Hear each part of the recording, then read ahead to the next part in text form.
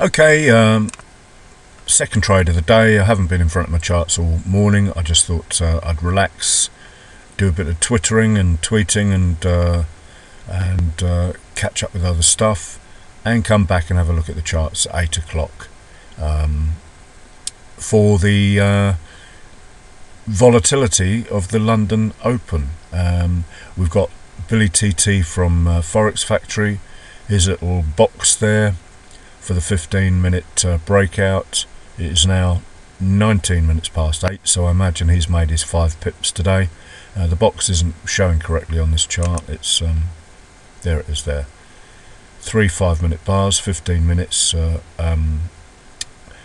of time, candles, whatever. And Billy, I haven't even been on his thread for months now, but Billy would have originally traded for 5 pips on the breakout of that box here, the dark green bit, and then the end of the things these extensions just go on till 9 o'clock for no other reason really, just looks tidier. So notice it also hit the 8-hourly EMA there. You know, these indicators on the charts are there for a reason really. And you know, use them if you like.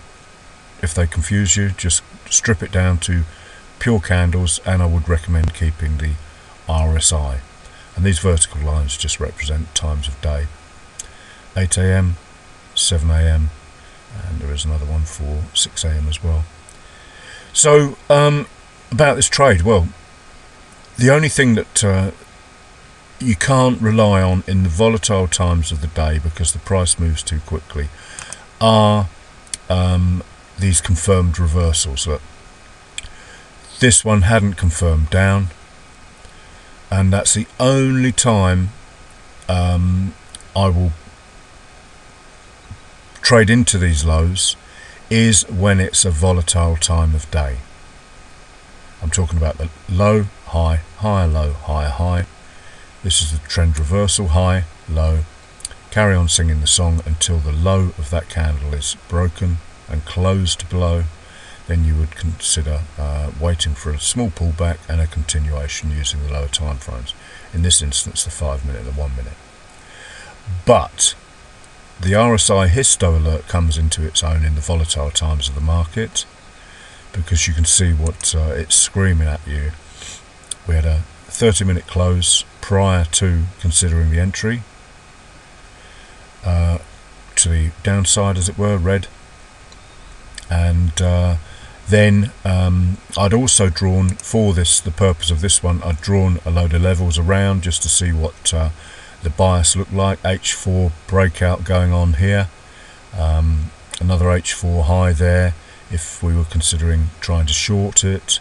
H4 is bullish, and I did short it against that bullishness, but that is because of the time of day.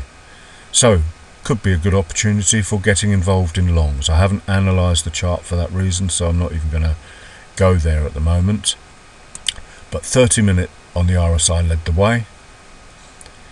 That is itself a 5-minute trend: high, low, lower high, lower low. The 5-minute had confirmed to the downside: low, high, higher, low, higher, high, high, low, and continue singing the song until you get a break and close below the penultimate bar. Then you've got the pullback, as I just said, just literally 2 seconds ago or 10 seconds ago. Wait for a pullback and then attack the continuation. So this was a classic trend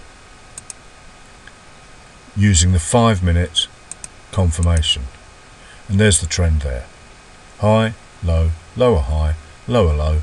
That's the 5-minute low that we needed to close below. As you can see, it clearly did. This is swing 4. The close below is always swing 3. No matter how many silly little swings or play arounds here, we go swing 1, swing 2, swing 3 is the close below, swing 4 is the accumulation or distribution phase, depending which way you're going. It doesn't really matter. Sideways order, additions, as it were, at discounted prices, the institutions pushing the price up so they can get a better price for profitability in the downside. That's just the way I like to look at it, and it works for me. And then the trade.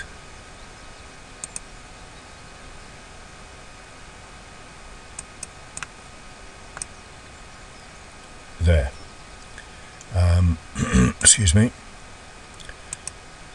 Nice big bar there. Nice big bust, pullback, break and close.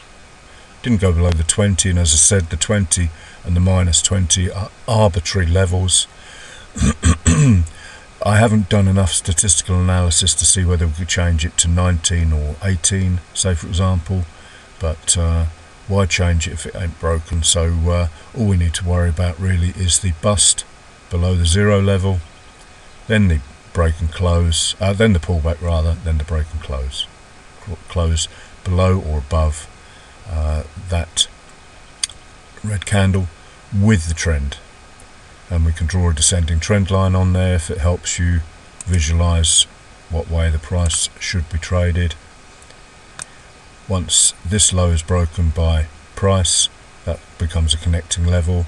Once this low is broken by price, that becomes a connecting level, and so on and so forth. So, or a valid level to connect your trend lines to. In the opposite direction, sorry, I'm just tightening that up to that level there. In the opposite direction, once this high is broken by price, that becomes a valid support level. You will often find, if you go on the higher time frames, these levels will be lows of candles, like a 5-minute candle in this instance, and and so on and so on, so forth. Once this high is broken by this, this high is broken by this price here, that becomes a valid trend line. So you can use them to work out when the price is breaking in the opposite direction.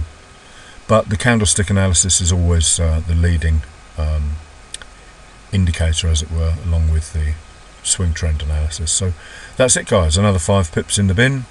Very relaxing morning, because basically I'd earned my money in the 6-minute trade on that Aussie dollar, New Zealand dollar, massive H4 thingamabob. So thank you for watching, and have a good day. It's Groundhog Day again.